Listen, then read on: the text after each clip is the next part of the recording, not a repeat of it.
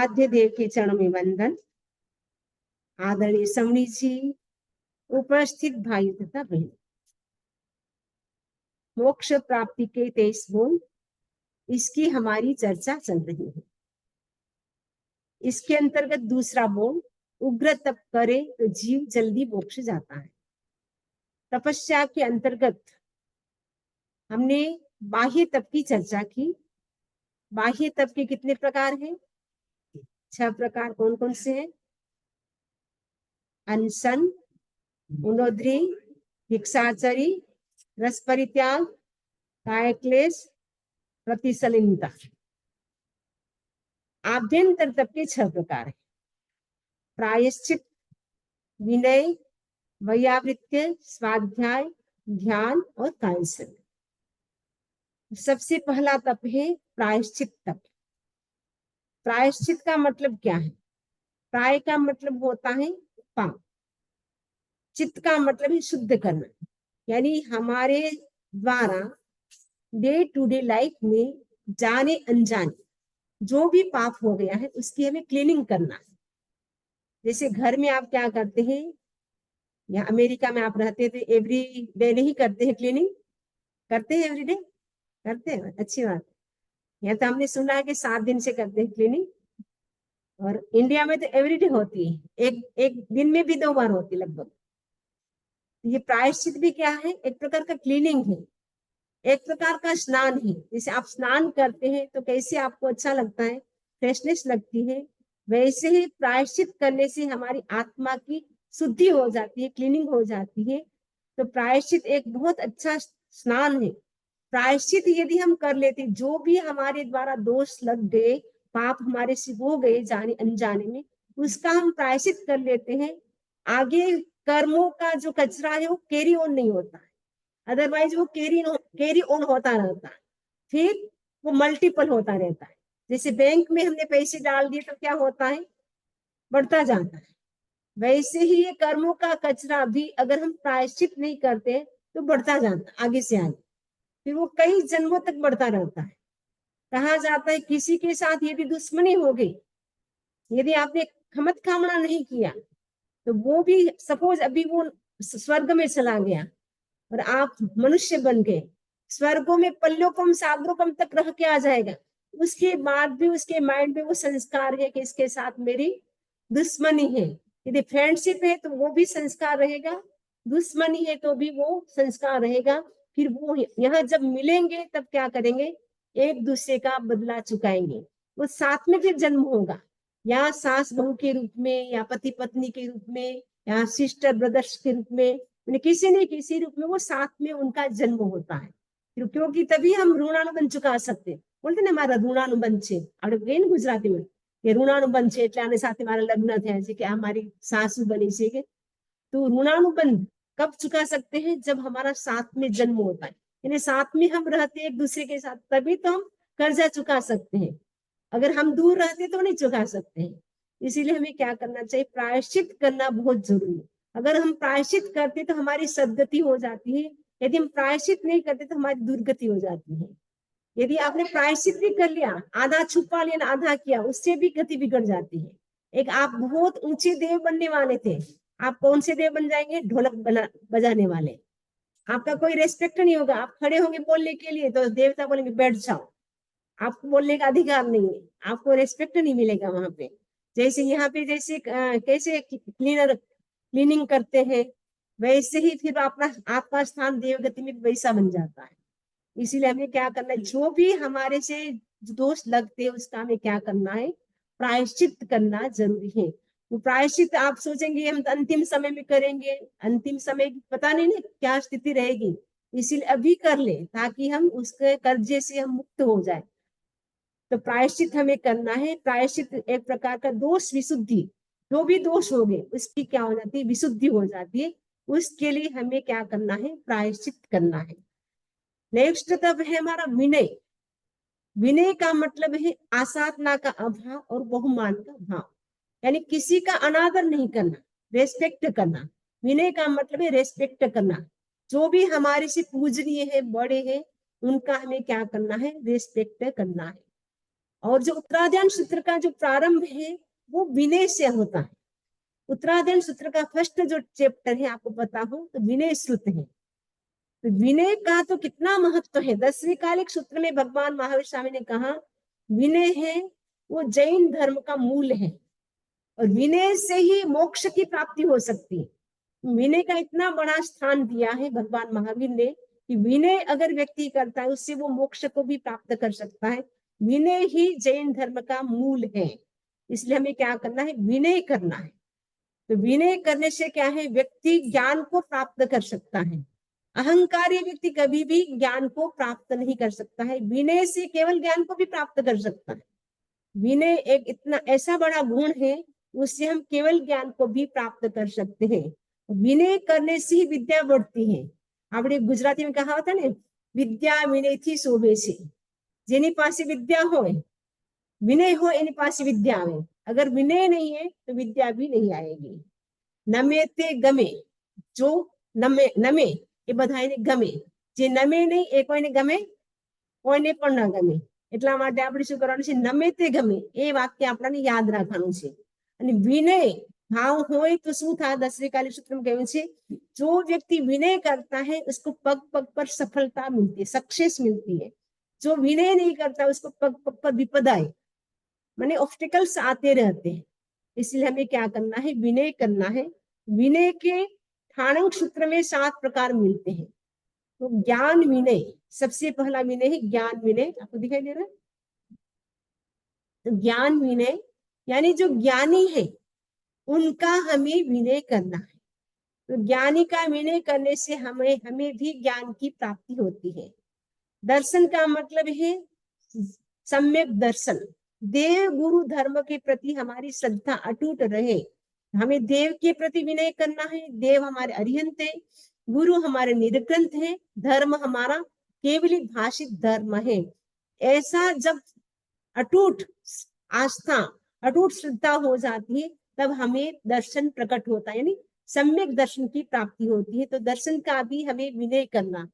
चारित्र का मतलब 5 महाव्रत, 5 समिति, 3 गुप्ती की जो आराधना करते हैं उन साधु संतों की, उन साधु भगवंतों की भी हमें क्या करना है, उनके प्रति भी हमारा विनय होना चाहिए, रेस्पेक्ट का भाव होना चाहिए। मन विनय, मन से हमें अच्छा सोचना है, वचन से हमें अच्छा बोलना है, शरीर से हमें गुड एक्टिविटीज करना है। और उपचार विनय का मतलब है कोई हमारे घर में बड़े आए तो हमें क्या करना, उनको आसन देना, उनको पहुंचाने के लिए जाना। और कोई समणी जी आ गए, साधु संत आ गए तो उनको सामने लेने के लिए जाए। मथेण वंदामी, संत है तो मथेण वंदामी, समणी जी है तो वंदामी नौचामी, वधारे हमारा घर पावन हो गया। ऐसे अहो भाव होना चाहिए। उपचार विनय का मतलब है उपचार। उपचार होता है आसन देना, पानी देना, उनको पहुंचाना, उनको लेने जाना, वो उपचार विनय। ये 7 प्रकार के विनय है। ज्ञान, दर्शन, चारित्र तो आपको याद हो जाएगा। मन वचन काय ये भी याद हो जाएगा। और उपचार विनय एक नया याद रखना है। उपचार विनय का मतलब लोकोपचार, लोक व्यवहार। नेक्स्ट है हमारा वैयावृत्य, प्रायश्चित, उसके बाद विनय। तीसरा हमारा तप आभ्यंतर वैयावृत्य। આપણે ગુજરાતીમાં વ્યાવચ, તમે સાધુ સંત બહુ સરસ વ્યાવચ કરો છો। तो वैयावृत्य, वैयावृत्य का मतलब होता है सेवा करना, सेवा। तो वो 2 प्रकार की होती है, द्रव्य और भाव। द्रव्य से असन, पान, मकान, आसन आदि से सेवा करना। जैसे आपके गांव में साधु संत विराज रहे हैं, समणी जी विराज रहे। असन यानी भोजन देना, पान यानी पानी देना, मकान यानी आपके घर में यदि रहने के लिए सुविधा है तो आप कह सकते हैं साधु संतों को विराज, हमारे घर में सुविधा है, आप विराज सकते हैं, आपकी जैसी भी सुविधा हो मकान दे सकते हैं।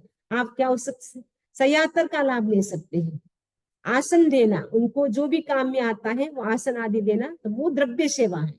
भाव सेवा क्या, उनको मानसिक सहायता पहुंचाना, समाधि देना, तो मेंटल पीस सामने वाले व्यक्ति को मिलती है सेवा करते हैं। तो सेवा का तो बहुत ज्यादा महत्व है। भगवान महावीर स्वामी कहते हैं, तीर्थंकर कहते हैं कि ज्ञानी भी महान नहीं है, ज्ञानी भी महान नहीं है, महान कौन है, जो सेवा करता है। सेवा करने वाला सबसे महान है। हम किसको महान मानते हैं? बहुत ज्ञानी है, बहुत अच्छा लेक्चर देता है, बहुत अच्छा बोलते हैं, उनके पीछे भागते हैं। लेकिन सेवा करने वाला सबसे ज्यादा महान है। और वो सेवा भी 10 प्रकार से की जाती है। आचार्य की सेवा करना, उपाध्याय की, उपाध्याय का मतलब है जो पढ़ते भी हैं और दूसरों को भी पढ़ाते हैं। स्थविर होते हैं जो एज प्राप्त हो गए साधु संत, उनकी भी सेवा करना। तपस्वी, जो तपस्वी यानी कोई तपस्या कर रहा, उनकी भी हम सेवा करते तो उससे भी हमें लाभ होता है। कोई ग्लान है यानी कोई बीमार व्यक्ति है, तो वो बेचारा बिस्तर में पड़ा है, अकेला अकेला है, यदि आप उनके पास जाते हैं, पूछते हैं साता आपको कुछ जरूरत है क्या चाहिए, तो उनको 2 शब्द बतला लेते तो बहुत खुश हो जाता है। अंदर से आशीर्वाद निकलता है, दुआएं निकलती। जो दवा काम नहीं करती वो दुआ काम करती है। इसलिए अगर हम कोई घर में बीमार है, वो बीमार पड़ा है, हम सामायिक लेके बैठ जाते हैं, हम स्वाध्याय में आ जाते हैं, तो वो उससे अच्छा क्या है? स्वाध्याय सुनने से अच्छा क्या है? सेवा करना। घर में यदि बड़ा व्यक्ति है, बुजुर्ग व्यक्ति है, वो एकदम बीमार है, वो उठने की स्थिति में नहीं है, उस समय उनको क्या करना चाहिए? उनको समाधि देना चाहिए, साता पहुंचाना चाहिए। वो साता कब मिलती है? जब आप उनके पास जा करके बैठते हैं। आप कितने नौकर चाकर उनके लिए रख ले, लेकिन घर का बेटा बहू आएगी तो उनको अंदर से सुकून मिलेगा, शांति मिलेगी। इसलिए हमें क्या करना है? रुग्ण जो है, ग्लान है, बीमार है, उनकी सेवा करना। नव दीक्षित जो होते हैं उनकी भी सेवा करनी होती है। और कुल जो होता है, गण होता है, संघ होता है, हमारे जो साधर्मिक होते हैं, यानी साधर्मिक का मतलब एक ही धर्म को मानने वाले, नवकार मंत्र को जानने वाले जो होते हैं वो साधर्मिक होते हैं, उनकी सेवा करना। ये 10 प्रकार की सेवा होती है। और सेवा करने से तो कहा जाता है जो बाहु और सुबाहु, आपको पता है कौन थे बाहु और सुबाहु? भरत चक्रवर्ती और बाहुबली। पास्ट लाइफ में वो बाहु और सुबाहु नाम के 2 साधु थे। और ब्राह्मी और सुंदरी, पीठ और महापीठ, मतलब 4 साधु थे। पीठ, महापीठ, बाहु, सुबाहु, ऐसे 4 साधु थे। तो पीठ और महापीठ क्या करते थे? पढ़ना पढ़ाना वो काम करते थे। बाहु सुबाहु क्या करते थे? साधु संतों की सेवा करते थे। तो एक दिन गुरु ने कहा कि बाहु और सुबाहु बहुत ही अच्छी मुनि है, कितने कितने साधुओं की वो सेवा करते हैं। इसमें पढ़ा मैंने कि 500 साधुओं की उन्होंने सेवा की थी। तो गुरु उनकी तारीफ करते हैं। तो पीठ और महापीठ के मन में ईर्ष्या होती है कि हम तो दिन भर पढ़ाते रहते हैं, पढ़ते रहते हैं, स्वाध्याय करते कराते हैं, गुरु को तो हमारा कोई मूल्य नहीं, हमारे उनके लिए बस बाहु सुबाहु सेवा करते, उनका ही सारा दिन गुणगान गाते हैं, उनकी तारीफ करते हैं, हमारे तो कोई मतलब नहीं है। हम इतना पढ़ाते, इतना टाइम लगाते, हमारा तो गुरुदेव की दृष्टि में कोई मूल्य नहीं है। उनको ईर्ष्या हो जाती है।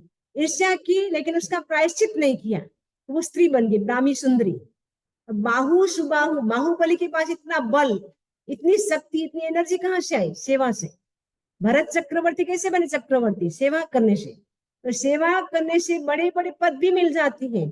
ज्ञाता सूत्र में तो यहाँ तक कहा है तीर्थंकर पद की प्राप्ति भी सेवा करने से हो जाती है। यदि आप सेवा करते हैं, मन से, उत्कृष्ट भाव से, भाव से सेवा करते हैं, तो तीर्थंकर गोत्र कर्म का भी बंद हो जाता है। एक आपको सेवा करनी पड़ती है, क्या करे, मजबूर हूं, करनी पड़ती, तो उससे नहीं होगा। अहो भाव से अगर आप सेवा करते हैं तो उससे तीर्थंकर गोत्र कर्म का बंद हो जाता है। इसलिए भगवान ने कहा है कि ज्ञानी भी महान नहीं है, ध्यानी भी महान नहीं है। महान कौन है? जो सेवा करता है। तो तीर्थंकर कहते हैं अगर कोई रुग्ण की, बीमार की सेवा करता है, मैं सोचता हूँ वो मेरी सेवा करता है। तो तीर्थंकर ने इतना बड़ा कह दिया कि वो मेरी सेवा करता है। तो हमें क्या है, हमारे अंदर सेवा का भाव भी विकसित हो, वैसे हमें कोशिश करना है। नेक्स्ट है स्वाध्याय। स्वाध्याय का मतलब स्व प्लस अध्याय। स्व यानी आत्मा का, अध्याय यानी अध्ययन करना। और दूसरे शब्दों में कहे तो विधि पूर्वक सत्य शास्त्रों का अध्ययन करना। सत्य शास्त्र का मतलब है जो आगम है, जो आचार्यों ने जो लिखा है, जो धार्मिक साहित्य है, उसका हम यदि स्वाध्याय करते हैं तो वो स्वाध्याय होता है। यदि आप न्यूज़पेपर पढ़ते हैं और उपन्यास पढ़ते तो वो स्वाध्याय नहीं है। स्वाध्याय का मतलब है जो सत्य शास्त्रों का, जिससे हमारा आत्मा का ज्ञान बढ़े, जिससे हमारे भीतर करुणा का भाव विकसित हो, दया का भाव विकसित हो, जो तत्व ज्ञान हमारा पुष्ट हो, वैसा शास्त्र। यानी भगवान ने जो कहा है उनकी वाणी का हम स्वाध्याय करते हैं, वो स्वाध्याय होता है। उस स्वाध्याय के 5 प्रकार, वाचना, पृच्छना, परिवर्तना, अनुप्रेक्षा और धर्म कथा। तो वाचना का मतलब है रीडिंग करना, बुक पढ़ना। तो वाचना अगर हम करते हैं तो उससे क्या है, कर्मों की हमारी निर्जरा होती जाती है। जितना हम पढ़ते हैं उतना हमारा ज्ञानावली कर्म क्षीण होता जाता है।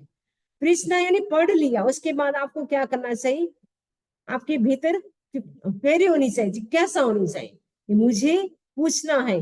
जानबूझ करके नहीं पूछना, पूछने के लिए नहीं, लेकिन आपको अगर समझ में नहीं आया है तो उसका डाउट आप क्या करें, क्लियर कर ले, पूछे इसका मतलब क्या होता है। पूछने से भी हमारा ज्ञान बढ़ता है। परिवर्तना यानी रिवाइज करना, रिपीट करना, again and again, bar bar repeat करते रहना। रिपीट करने से क्या है, हमारा स्वाध्याय पक्का होता है। कहा जाता है पान सड़े रोटी जले, और क्या होता है, पान अगर सड़ जाता है, अगर जो मालिक होता है, जो मालिक होता है ना, प्लांट को पानी देता है, उसको क्या बोलते हैं, माली। माली माली होता है, यदि मतलब प्लांट की वो सेवा नहीं करता है, ध्यान नहीं रखता है, पानी नहीं देता है टाइम पर, तो क्या होगा, पड़ा पड़ा वृक्ष भी पान है वो सड़ जाता है। वैसे रोटी जले, पड़ी पड़ी, अब रोटी को क्या करना पड़ता है, उथल पाथल ऐसे ऐसे करना पड़ता है ना, तब रोटी बनती है। कि आपने रख दी रोटी बन गई, ऐसा नहीं होगा।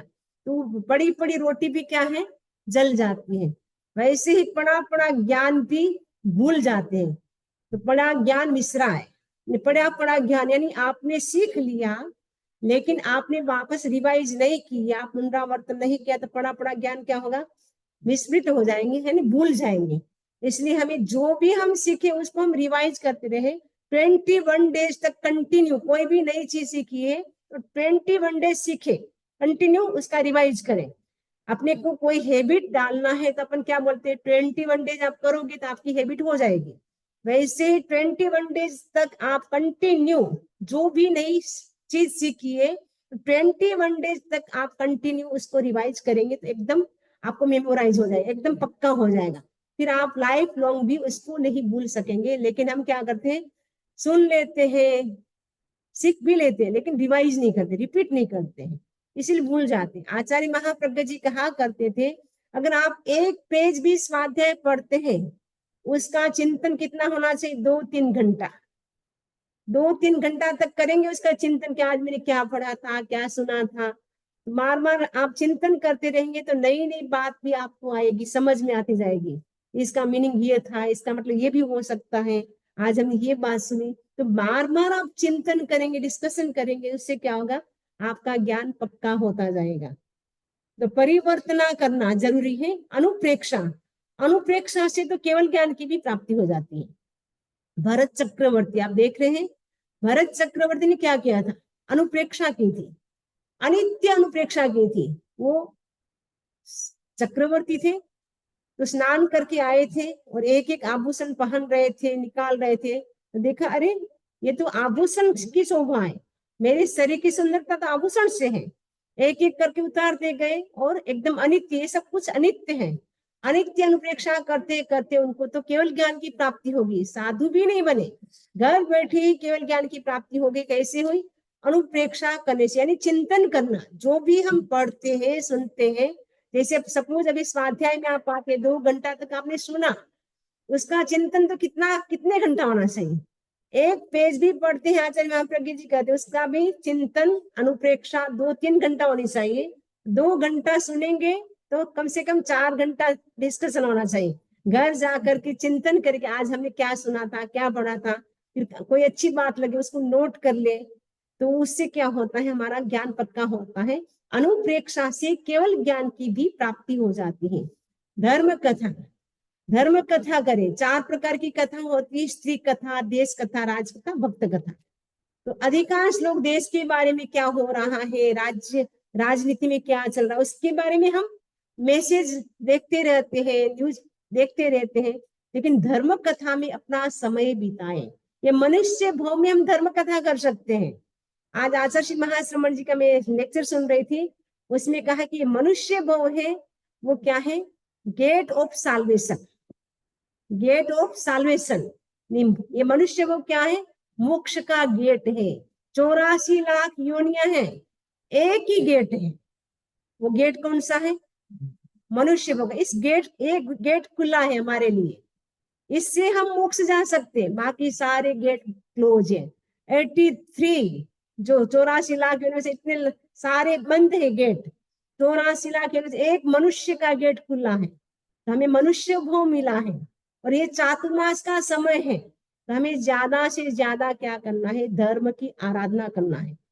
नवग्रह अभवी जीव नवग्रह तक जा सकते हैं।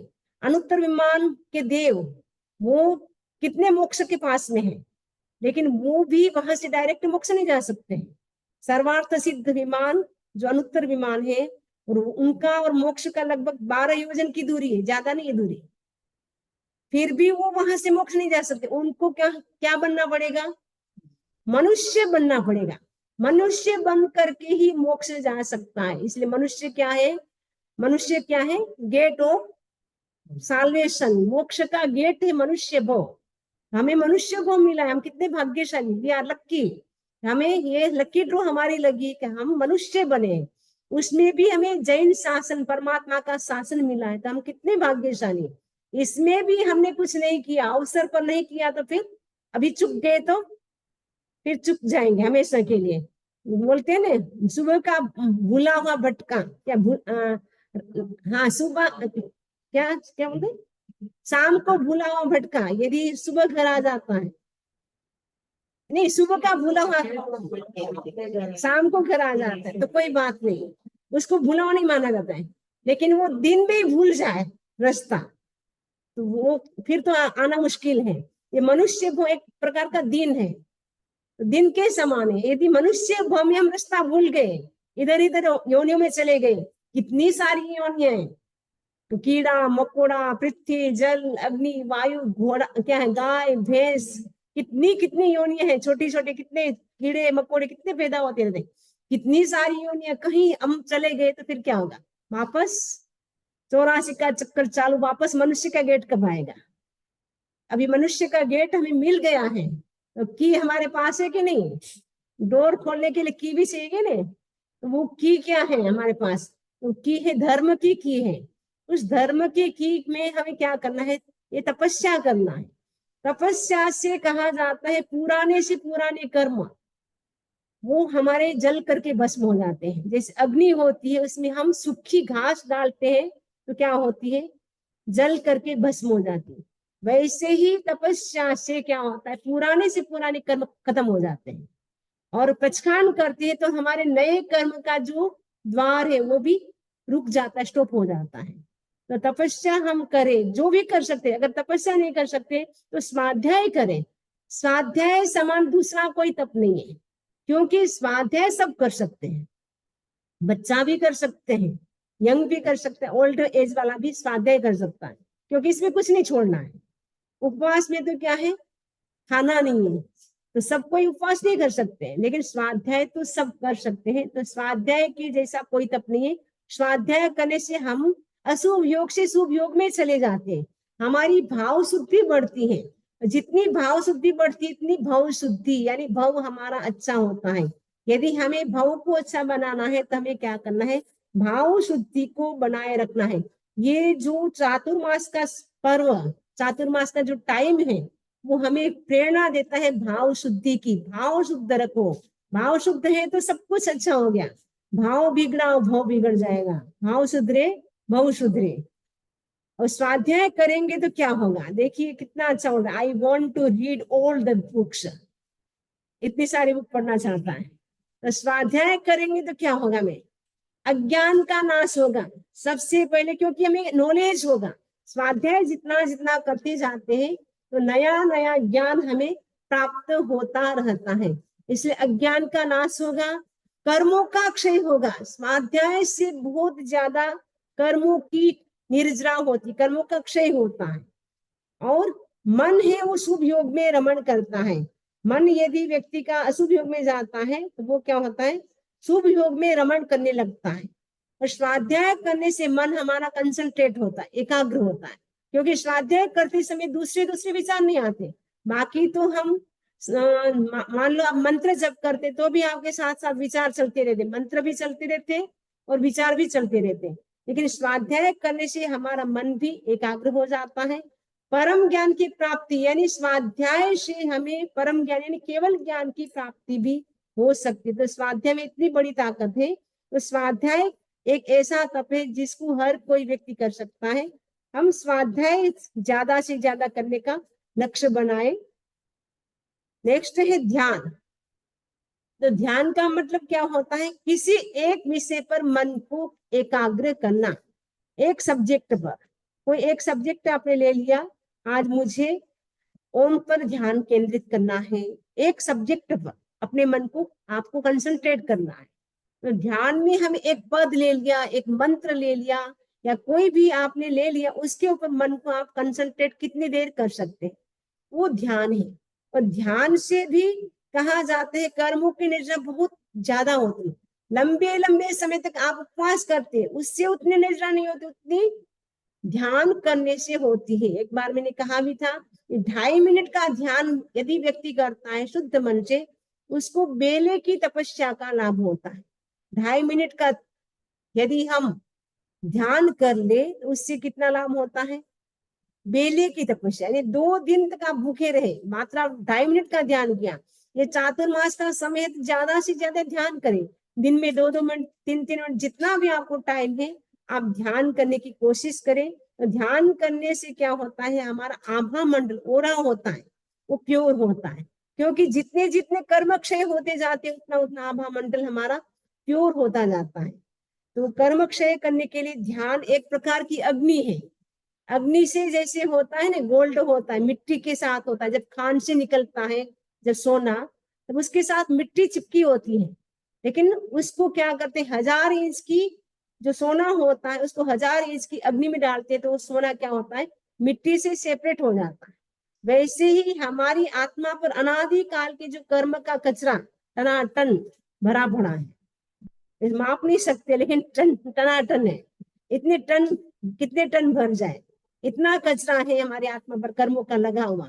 तो उस कचरे को जलाने के लिए ध्यान काफी है। तो ध्यान से हम मोक्ष को प्राप्त कर सकते हैं। तो ध्यान के कितने प्रकार है आपको पता है? ध्यान के 4 प्रकार हैं।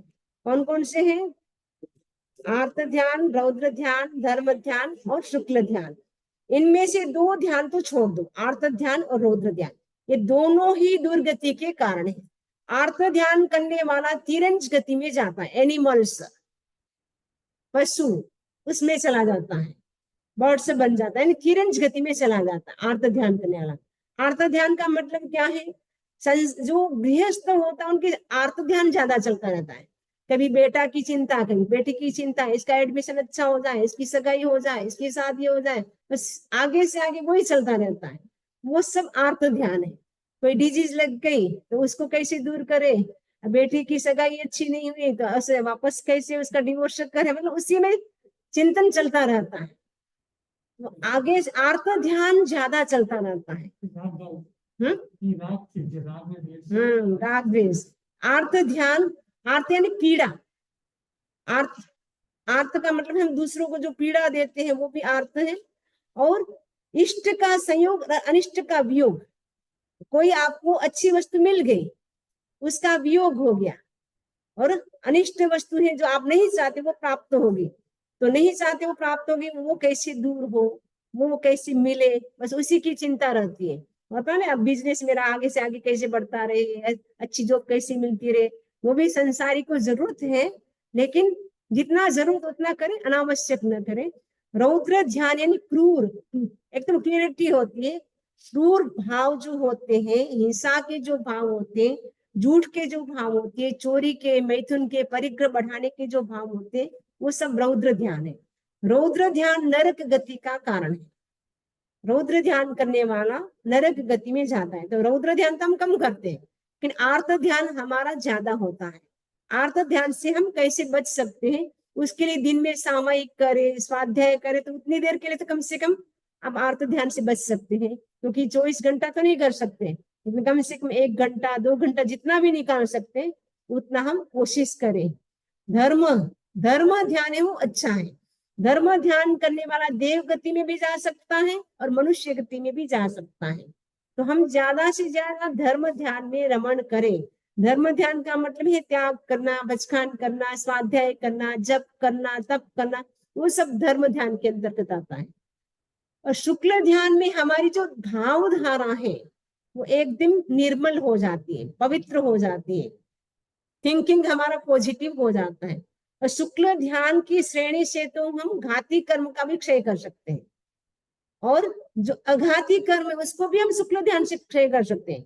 जो सिद्ध भगवान बनते हैं वो क्या करते हैं, शुक्ल ध्यान की श्रेणी से 8 कर्म का क्षय करते हैं। अरिहंत बनते वो शुक्ल ध्यान की श्रेणी से घाती कर्म का क्षय करते हैं। तो शुक्ल ध्यान से हम केवल ज्ञान की प्राप्ति कर सकते हैं और शुक्ल ध्यान से मोक्ष को भी प्राप्त कर सकते हैं। तो क्या हम दिन में 2-3 मिनट भी शुक्ल ध्यान में रह सकते हैं? या हमारी भावधारा पवित्र रह सकती है? कोशिश करना है, अपने आप को देखना है कि हमारा कौन सा ध्यान चल रहा है। 4 ध्यान है, उनमें से हमारा डे टू डे लाइफ में 24 घंटे में हमारा कौन सा ध्यान ज्यादा चलता है। आप चेक करेंगे, चेक योर सेल्फ, अपने आप को चेक करना है। अपने आप को जितना पता चलता है वो दूसरे को नहीं पता चलता है। तो हमें क्या करना है, शुक्ल ध्यान में रहना है। लास्ट है हमारा कायोत्सर्ग। कायोत्सर्ग, इसमें 2 शब्द है, काय प्लस उत्सर्ग। काय का मतलब बॉडी, उत्सर्ग यानी लिविंग, छोड़ना। तो किसको छोड़ना है? शरीर को छोड़ना है। शरीर को नहीं छोड़ना है। जीते जी कैसे छोड़ेंगे शरीर को? जीते जी शरीर को हम नहीं छोड़ सकते हैं।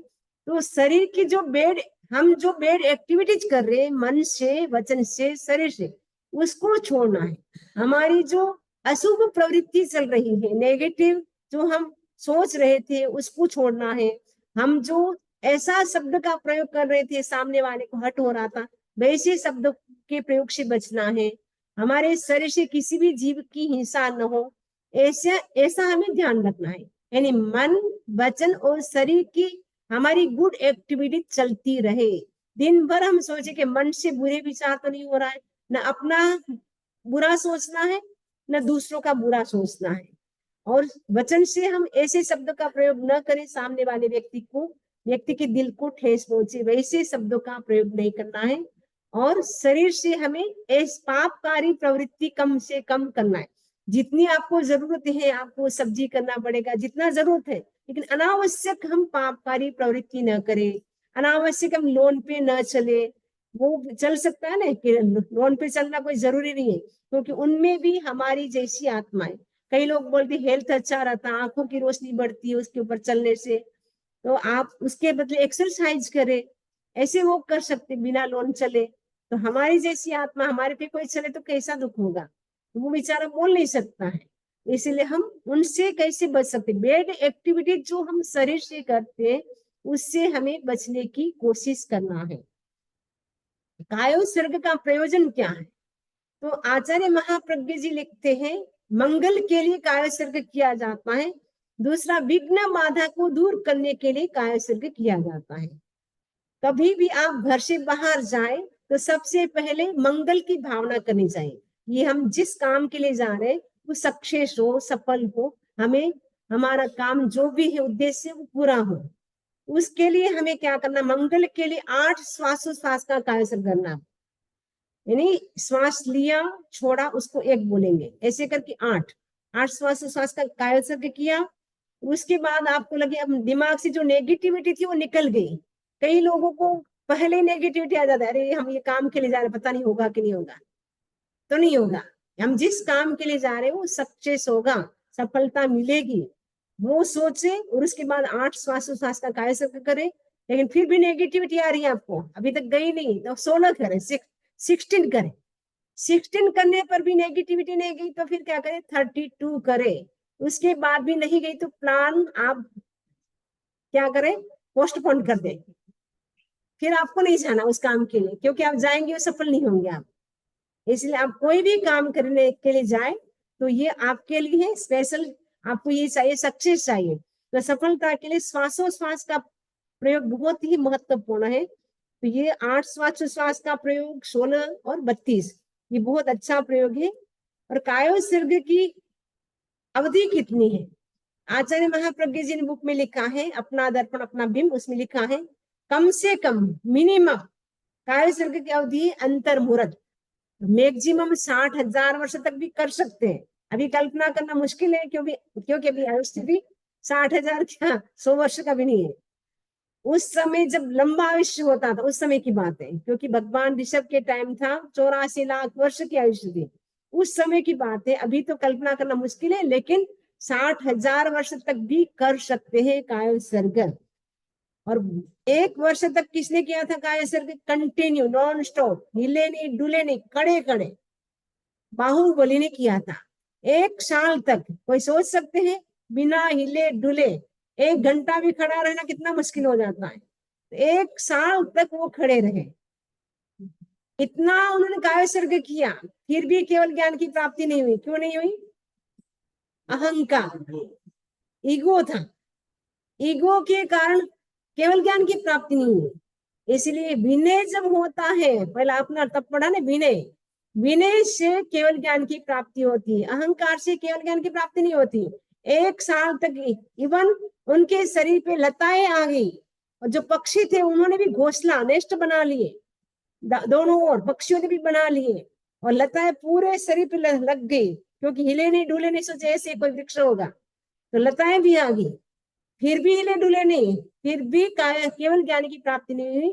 जब अहंकार का भाव छूटा, उस समय बस अब मैं अपने भाइयों को दर्शन करने के लिए जाता हूँ, भगवान ऋषभ के पास पुनः दीक्षा लेता हूँ, ऐसा विचार आया, और केवल ज्ञान तो द्वार पे ही था, खड़ा था, तो केवल ज्ञान की प्राप्ति होगी।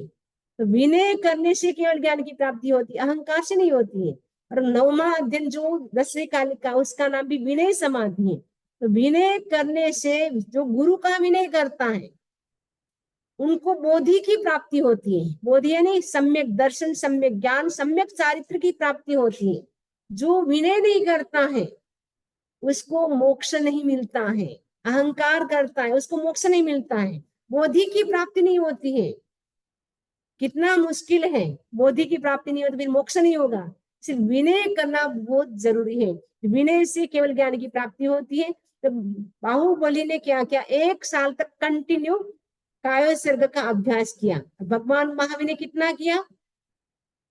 6 मंथ। ऐसा कौन बोलता है? दिगंबर परंपरा ऐसा मानती है। श्वेतांबर परंपरा का मानना है कि भगवान महावीर स्वामी जब भिक्षा के लिए जाते थे, उस समय वो केवल ध्यान को छोड़ते थे, काय सर्ग को छोड़ते थे, बाकी एनी टाइम वो काय सर्ग में ध्यान में ही खड़े रहते थे। भगवान महावीर के कर्म कितने थे? एक 23, एक तरफ 23 भगवान के कर्म, 23 तीर्थंकरों के कर्म, और अकेले भगवान महावीर के कर्म, दोनों का पलड़ा अगर करे ना, तो भगवान महावीर के कर्म ज्यादा थे उनसे भी। 23 तीर्थंकरों से एक, 23 तीर्थंकरों के कर्म एक, और भगवान महावीर स्वामी के कर्म एक, तो भी भगवान महावीर स्वामी का पलड़ा ज्यादा था कर्मों का। लेकिन भगवान महावीर स्वामी कर्मों को कैसे तोड़ा? ध्यान से, काय सर्ग से, ध्यान में ही खड़े रहते थे, काय सर्ग में खड़े रहते थे। बस भिक्षा के लिए जाना होता, जब लगे कि अब थोड़ा बहुत भूख लग रही, पता नहीं क्या हुआ होगा उनको, तब वो भिक्षा के लिए जाते थे, ऐसे भिक्षा के लिए भी नहीं जाते थे। तो दिगंबर परंपरा का मानना है वो कंटिन्यू 6 महीने तक काय सर्ग की मुद्रा में खड़े रहे, यानी 6 महीने तक हिले नहीं डुले नहीं।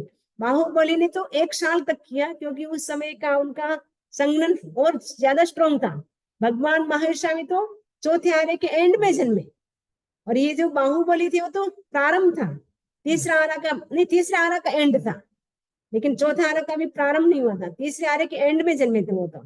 भगवान ऋषभ जब मोक्ष पधारे तब तीसरे आरे के 3 वर्ष 8.5 महीने बाकी रहे थे, तीसरे आरे के। भगवान महावीर स्वामी जब मोक्ष पधारे तब चौथे आरे के 3 वर्ष 8.5 महीने बाकी रहे थे, इतना गैप था। तो भगवान महावीर ने 6 महीने तक क्या किया? काय सर्ग का अभ्यास किया। काय सर्ग का प्रयोजन क्या, पर्पज क्या है? पर्पज ऑफ काय सर्ग, विशुद्धि के लिए, फॉर प्योरिफिकेशन। हम काय सर्ग क्यों करें? विशुद्धि के लिए, आत्मा की शुद्धि के लिए हम काय सर्ग का प्रयोग करें। प्रायश्चित के लिए, कोई भी प्रायश्चित हमें आते हैं छोटे मोटे, तो हमें क्या है? काय सर्ग का प्रायश्चित मिलता है। जैसे सुबह शाम हम प्रतिकरण करते हैं, प्रतिकरण से पहले हम आलोचना लेते हैं दिन भर की, तो हमें कितना कायस्वर्ग मिलता है? 25 श्वासोश्वास का कायस्वर्ग मिलता है प्रायश्चित के रूप में, यानी 2 लोग इसका ध्यान करना। तो प्रायश्चित के लिए भी क्या किया जाता है? कायस्वर्ग किया जाता है।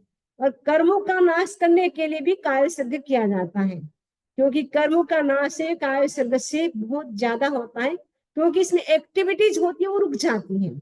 जितनी शरीर की एक्टिविटीज चलती रहती है, मन की, वचन की, शरीर की, उससे क्या होता है? कर्म का बंधन ज्यादा होता है। जितनी हम एक्टिविटीज कम करते हैं, मन, वचन, शरीर की, उससे कर्म का बंधन कम होता है। इसीलिए ध्यान से कर्मों की निद्रा ज्यादा होती है, कायस्वर्ग से ज्यादा होती है, क्योंकि इसमें शरीर पूर्ण रूप से रिलैक्स हो जाता है, शिथिलीकरण, एकदम रिलैक्स हो जाता है। कर्म जो मन, वचन, शरीर की जो प्रवृत्ति है वो एकदम कम हो जाती है, इसीलिए कर्म का बंधन कम होता है।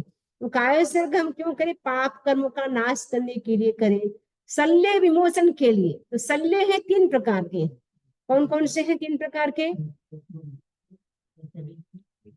निदान शल्य, मिथ्यात्व शल्य, माया शल्य। तो सबसे ज्यादा तो मिथ्यात्व तो खतरनाक है ही, लेकिन माया, कई व्यक्ति माया करते रहते हैं, बहुत ज्यादा माया। अंदर कुछ होता है, ऊपर से कुछ होता है। ऊपर से तो बोलते हैं मुख में राम, बगल में छुरी। ऊपर से बहुत मीठा बोलता है, जैसे लगता है इसके जैसा कोई व्यक्ति नहीं है, लेकिन अंदर तो छुरियां भोगता रहता है। ऐसे व्यक्तियों से हमें दूर रहना चाहिए।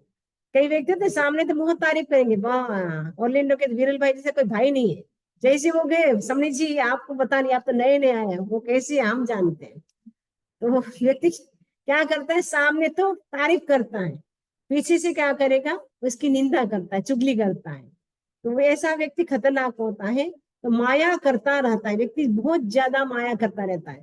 तो माया, ये शल्य विमोचन, यानी हमारा जो शल्य है, शल्य मतलब एक प्रकार का कांटा होता है, वो कांटा पैर में लग जाता है तो हमारी चलने की स्पीड कम हो जाती है। तो ये शल्य रहेगा तब तक मोक्ष की स्पीड भी हमारी कम हो जाएगी। इसलिए शल्य विमोचन के लिए, शल्यों को हमें दूर करना है कि हमारे अंदर माया का भाव, मिथ्यात्व का भाव और निदान, निदान नहीं करना है। कोई भी हम काम करें, स्वाध्याय करें, तब करें, हमें निदान नहीं करना है। कायस्वर्ग कब करें? सोने से पहले, बिफोर गोइंग टू स्लीप।